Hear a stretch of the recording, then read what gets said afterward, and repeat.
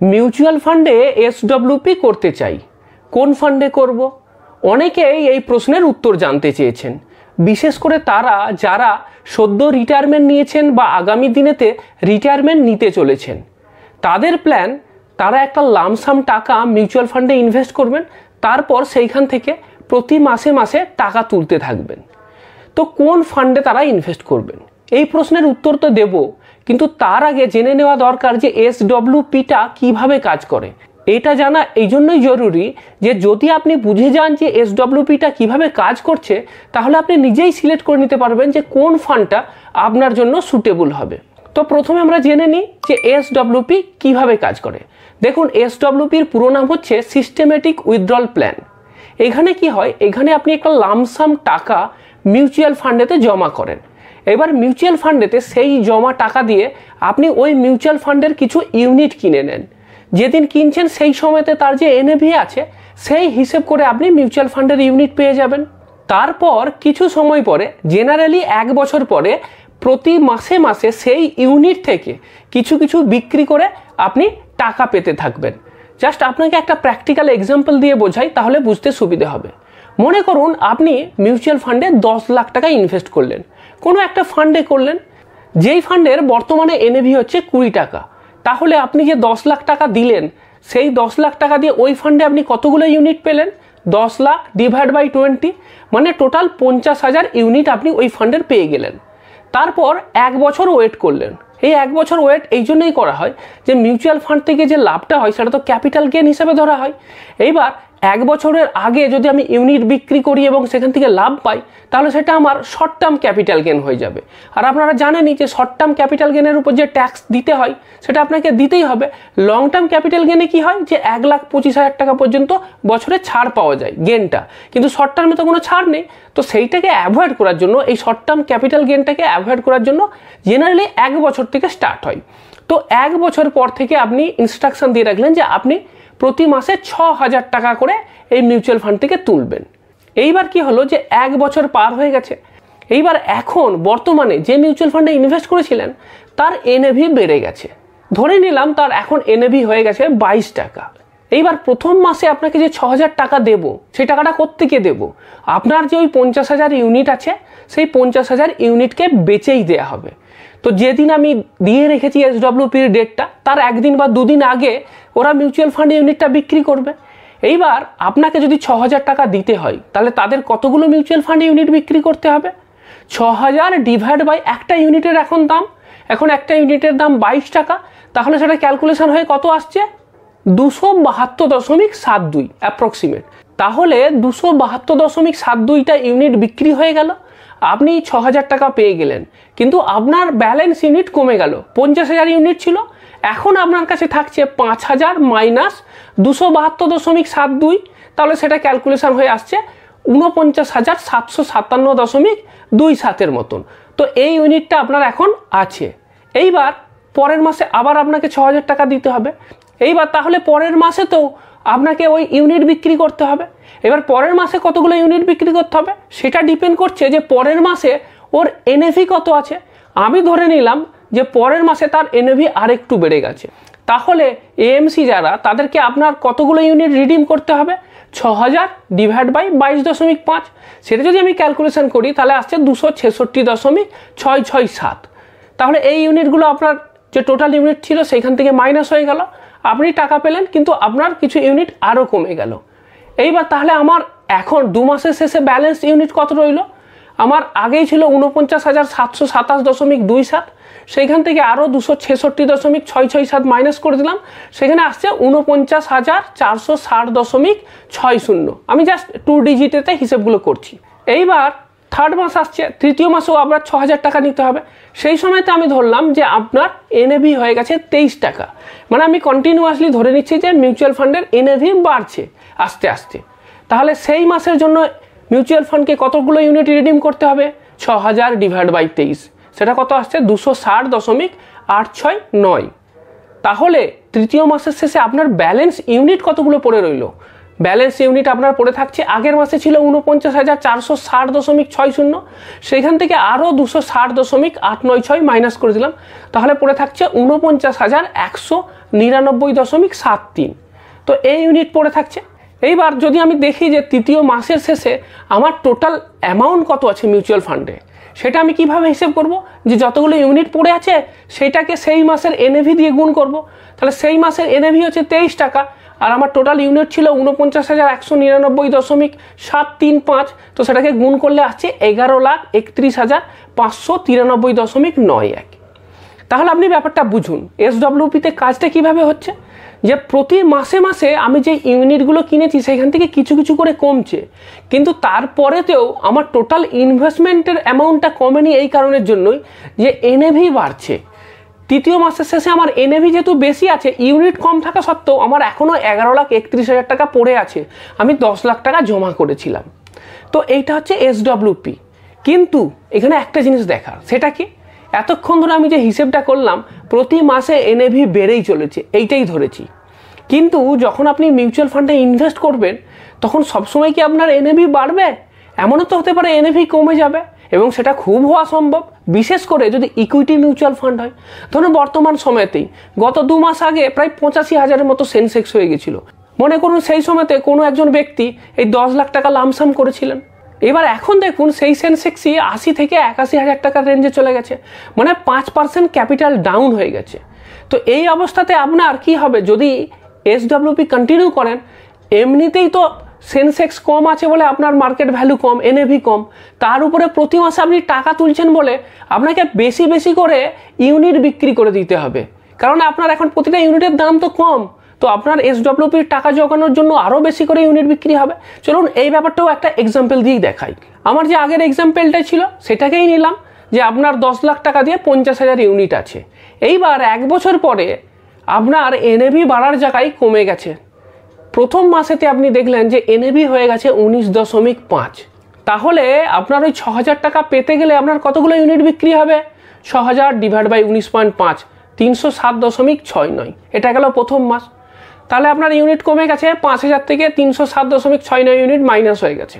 দ্বিতীয় মাসে এনএভি আরও কম, 19 টাকা হয়ে গেছে। আপনাকে তো এসডব্লিউপিতে টাকা দেবে, কিন্তু আপনার ইউনিট কমতে থাকবে এবং ড্রাস্টিক্যালি কমবে। এখন কতগুলো ইউনিট বিক্রি করতে হলো? 6,000 ডিভাইড বাই 19, 315.79। তৃতীয় মাসে ধরলাম এনএভি আরও কম, 18.5। তাহলে এই তৃতীয় মাসে কতগুলো ইউনিট বিক্রি হবে? তৃতীয় মাসে আপনার ইউনিট বিক্রি হবে 6,000 ডিভাইড বাই 18.5, সেটা ক্যালকুলেশন হয়ে আসছে 324.32। এইবার তাহলে তৃতীয় মাসের পরেতে আমার কাছে কতগুলো ইউনিট পড়ে থাকছে? দেখুন 3 মাসে প্রায় 1000 ইউনিট সাফ হয়ে গেছে। এখন আমার পড়ে থাকবে, ক্যালকুলেশন করে দেখছি যে 49,052। 3 মাসেতেই আপনি 1000 ইউনিট বিক্রি করে ফেলেছেন। এইবার ধরুন এই বিয়ার ফেজটা চললো, খুব স্বাভাবিক। ইকুইটি মিউচুয়াল ফান্ডে এরকম হতেই পারে যে বছর, 1.5 বছর, 2 বছর আপনার মিউচুয়াল ফান্ড থেকে কোনো গেন হয়নি। তো এই অবস্থায় ধরুন এই 19 হিসাবেতেই যদি থেকে যায় আরও 2 বছর, আর আপনাকে কন্টিনিউয়াসলি টাকা জোগানোর জন্য ইউনিটগুলো বেচতে হচ্ছে, 2-3 বছর পরে দেখা গেল আপনার 50,000-এর অর্ধেক ইউনিট সাফ হয়ে গেছে। এইবার মনে করছি যে 2 বছর বা 3 বছর পরে তারপরে হঠাৎ করে শেয়ার মার্কেটে আবার আপ হলো, এবং যে এনএভিটা এখন 19 টাকায় আছে সেটা বেড়ে গিয়ে আবার 30-35 টাকা হয়ে গেল। ঠিক আছে, খুব ভালো কথা, সেটা বাড়লো, প্রায় ডবল হয়ে গেল। কিন্তু ততদিনে আপনার যে ইউনিট আর মাত্র 20,000 ইউনিট পড়ে আছে। তাহলে তখন যদি 20,000 ইউনিট পড়ে থাকে এবং তখন যদি এনএভি বেড়ে 30ও হয়, ততদিনে আপনার আর কত ভ্যালু থাকবে? 20,000 ইন্টু 30 মানে 6 লাখ টাকা। তার মানে আপনার যে ক্যাপিটাল ছিল সেই ক্যাপিটালের অনেকটাই ইরোড হয়ে গেছে। তো এই যে ইরোড হয়ে যাওয়া, এর পিছনে প্রধান কারণটা কি না, যেই সময়তে মিউচুয়াল ফান্ডের এনএভি কম ছিল, মানে যে সময়তে স্টক মার্কেট ডাউন ছিল, সেই সময়তে অ্যাকচুয়ালি আমাদের কেনার কথা, কিন্তু আমি সেই সময়টাই বিক্রি করে চলেছি। কারণ এসডব্লিউপিতে তো এইটাই ইনস্ট্রাকশন দেওয়া আছে যে আপনাকে প্রতি মাসে 6,000 দিতে হবে, এবং সেই হিসেব করে তারা আপনার টাকা দিয়ে চলেছে, এবং সেই কারণের জন্যই আপনি কিন্তু লসের সম্মুখীন হচ্ছেন। তাহলে এইবার যদি আপনাকে আমি প্রশ্ন করি, এবার আপনি বলুন যে এই যে সমস্যা, এই সমস্যাটার সমাধান কিভাবে সম্ভব? তাহলে আপনি অবশ্যই বলবেন তাহলে আমাকে এমন মিউচুয়াল ফান্ডে ইনভেস্ট করতে হবে যে মিউচুয়াল ফান্ডের এনএভিটা এরকম ড্রাস্টিক্যালি কমে যাবে না, সেম থাকুক বা অল্প অল্প বাড়ুক, এই রকম জায়গাতে ইনভেস্ট করতে হবে। তো এই রকম কোথায় হয় বা কোন ধরনের মিউচুয়াল ফান্ড হয়? জেনারেলি ডেট ক্যাটাগরির মিউচুয়াল ফান্ডে হয়। ডেট ক্যাটাগরির লিকুইড বা শর্ট টার্ম যে ফান্ডগুলো আছে সেইগুলোতে হয়। কারণটা কি? কারণ এই ডেট ফান্ডের যে লিকুইড ক্যাটাগরি বা শর্ট টার্ম ক্যাটাগরি সেইগুলোতে কি হয়, যে বন্ডগুলোতে ইনভেস্ট করছে সেই বন্ডগুলো খুব তাড়াতাড়ি ম্যাচিওর করে যায়। মানে মার্কেটে ইন্টারেস্ট রেটের মুভমেন্টের কারণে বন্ডের প্রাইস কমা বা বাড়ার সুযোগই থাকে না, এত তাড়াতাড়ি সেটা ম্যাচিওর করে যাচ্ছে যে ইন্টারেস্ট রেট সেটাকে অ্যাফেক্টই করে না। তো সেই কারণের জন্য এই লিকুইড ফান্ড বা short duration fund, ultra short fund সেইটা হচ্ছে বেস্ট। কিন্তু তার মধ্যে প্রবলেমটা কি? 7% রিটার্ন পাওয়া যায়। এবার আপনি ভাবুন, যদি আপনি সিনিয়র সিটিজেন সেভিংস স্কিমে ইনভেস্ট করেন, রিস্ক ফ্রি ওয়েতে আপনি 8.2% ইন্টারেস্ট পেয়ে যাবেন 5 বছর ধরে। 7%-এ কেন আপনি যাবেন? তাহলে সেটাকে আপনি ডিসকার্ড করে দিলেন, লাভ নেই তো এখানেতে। এবার দ্বিতীয় যেটা অপশান হতে পারে, মিডিয়াম বা লং ডিউরেশন ডেট ফান্ড, সেই জায়গাতে ইনভেস্ট করা যেতে পারে। সেই ফান্ডগুলোতে কি হয়, জেনারেলি লম্বা টেনিয়রের বন্ডেতে ইনভেস্ট হয়। এইবার বন্ডের যে প্রাইস সেটা কিন্তু আবার ইন্টারেস্ট রেটের সাথে বিপরীত মুখে চলে। মানে যখন মার্কেটে ইন্টারেস্ট রেট বেশি হয় তখন বন্ডের প্রাইস কমে যায়, আবার ইন্টারেস্ট রেট যখন কম হয় তখন বন্ডের প্রাইস বেশি হয়। এবারে বন্ডের প্রাইস যেহেতু ফ্ল্যাকচুয়েট করছে, তাহলে আপনার ওই যে বন্ডের ফান্ড বা ডেট ফান্ড তার প্রাইসটাও তো ভ্যারি করবে, তাহলে তারও এনএভি ভ্যারি করবে। লম্বা টেনিয়র যত বেশি হবে তত তো ইন্টারেস্ট ভ্যারি করবেই, কারণ লম্বা সময়ের সাথে সাথে দেখেছেন তো আজ ইন্টারেস্ট রেট ব্যাংকে এখন বেশি আছে, আবার রেট কাট করতে পারে। যদি 10 বছর 20 বছরের বন্ড হয় তাহলে কিন্তু এই ভ্যারিয়েশন থাকবে। হ্যাঁ, ইকুইটির মতো তো ভ্যারি করবে না ঠিকই, কিন্তু এখানে তো ভ্যারি করবে। আর এখান থেকেও রিটার্ন যে আহামরি কিছু পাবেন এমনও নয়, 8% থেকে ম্যাক্সিমাম 10% এই রিটার্ন পাওয়া যেতে পারে। আবার মনে রাখতে হবে যে সিনিয়র সিটিজেন সেভিংস স্কিম থেকে অলরেডি 8.2% পাচ্ছি। এরপরে যেটা অপশান হতে পারে সেটা হচ্ছে হাইব্রিড ফান্ড। হাইব্রিড ফান্ডে কি হয়, ডেট আর ইকুইটি এই দুটো মিলিয়ে আমি ইনভেস্ট করব। ইকুইটিতে ইনভেস্ট করব কারণ সেখান থেকে আমার রিটার্নটা জেনারেট বেশি হবে, কারণ ডেট থেকে তো দেখলাম যে যদি আমি পিওর ডেট দেখি সেখানে ভালো রিটার্ন নেই। আবার ইকুইটি থেকে বেশি রিটার্ন পাওয়ার সম্ভাবনা আছে, সেটা আবার বেশি ভোলাটাইল। তো এই দুটোকে মিক্স করে বিভিন্ন হাইব্রিড ফান্ড হয়। মোটামুটি 3টে ক্যাটাগরির কথা বলা যেতে পারে। প্রথমটা যেটা সেটা হচ্ছে কনজারভেটিভ হাইব্রিড। এই কনজারভেটিভ হাইব্রিড ফান্ডে কি হচ্ছে যে ম্যাক্সিমামটাই ডেট পোর্শন, ইকুইটিতে অল্প আছে, জাস্ট একটু বলতে পারেন যে এই রিটার্নটাকে একটু বুস্ট করার জন্য সেখানেতে ইনভেস্ট করা যেতে পারে। তো এই কনজারভেটিভ হাইব্রিড ফান্ড একটা অপশান হতে পারে যেখানে আপনি ইনভেস্ট করতে পারেন। অ্যাটলিস্ট ওই এনএভির ফ্ল্যাকচুয়েশনটা বেশি হবে না, কারণ ডেট পোর্শনটা বেশি আছে। তারপরে আর একটা অপশান হতে পারে, সেটা হচ্ছে আপনার balanced advantage fund. Balanced advantage ফান্ডটা কি, এখানেও ডেট আর ইকুইটিতে ইনভেস্ট হবে, তবে এখানে ফান্ড ম্যানেজার তারা ঠিক করে নেবেন যে এখন ডেট না ইকুইটি কোথায় ইনভেস্ট করব। তো তিনি দেখে নেবেন যে মার্কেটে এখন ভ্যালুয়েশন কার বেশি আছে কার কম আছে, কোনটাতে ইনভেস্ট করলে এখন লাভ বেশি হবে, সেই হিসেব করে তিনি তার ওই অ্যাসেটটা অ্যালোকেট করবেন। তার মানে এই নয় যে এখানে কোনো ভ্যারিয়েশন থাকবে না, ভ্যারিয়েশন এখানেও আছে কিন্তু কম হবে সেই তুলনাতে, কিন্তু এখানে রিটার্নটা বেশি পাওয়ার সম্ভাবনা আছে। তো এই কারণের জন্যই অনেকে এই ব্যালেন্সড অ্যাডভান্টেজ ফান্ডের কথা ভাবতে পারেন। আর একটা আছে সেটা হচ্ছে multi asset fund. Multi asset ফান্ডে কি হয়, এই ডেট ইকুইটির সাথে সাথে গোল্ডেতেও ইনভেস্ট করা হয়, সোনাতেও কিছুটা থাকলো টাকা। তাহলে কি হলো যে কখনো কখনো যদি এমন হয় যে ইকুইটি ডাউন হয়ে গেছে, ডেট আর সোনা থেকে ভালো রিটার্ন পাওয়া যাবে, আর যখন ইকুইটি ভালো চলবে সেটা তো আরও ভালোই কথা। তো এই হাইব্রিড ফান্ডে অনেকে ইনভেস্ট করার কথা ভাবতে পারেন, এইটা একটা অপশান আছে। আর যদি আমি পিওর ইকুইটি দেখি তাহলে লার্জ ক্যাপ ফান্ডের কথা ভাবা যেতে পারে, কারণ অ্যাটলিস্ট লার্জ ক্যাপ ফান্ডটা কম ভোলাটাইল, তো লার্জ ক্যাপ অপশান থাকছে। তো এই যে ফান্ডগুলোর কথা বললাম, এই ফান্ডগুলোতে এসডব্লিউপি করা যেতে পারে। কিন্তু সবথেকে ইম্পর্টেন্ট যে প্রশ্নটা সেটা হলো যে এসডব্লিউপি আপনি কেন করছেন, এসডব্লিউপি আপনাকে কি এক্সট্রা অ্যাডভান্টেজ দেয়। এসডব্লিউপি মানে হচ্ছে প্রতি মাসে কিছু টাকা আপনাকে পেতে হবে, আপনার রেগুলার ক্যাশ ফ্লো দরকার, এটাই তো মেন। তো তার জন্য আপনার ওই ফান্ডে এসডব্লিউপি করতে হবে কেন, ফান্ড আপনি নিজেই নিয়ে রাখুন, প্রতি মাসে নিজেই কিছু বিক্রি করে দিন, যত টাকা লাগবে যেমন লাগবে বিক্রি করে দিন, হয়ে গেল। তার জন্য এসডব্লিউপি করার তো কোনো দরকার নেই। বরং আপনি এক্ষেত্রে নিজে ঠিক করতে পারবেন যে কখন বিক্রি করব আর কখন বিক্রি করব না। যেই সময়তে দাম কম হবে সেই সময় আপনি হোল্ড করে যেতে পারেন, না বিক্রি করতে পারেন। কিন্তু এসডব্লিউপিতে তো সেই সুবিধাটা নেই।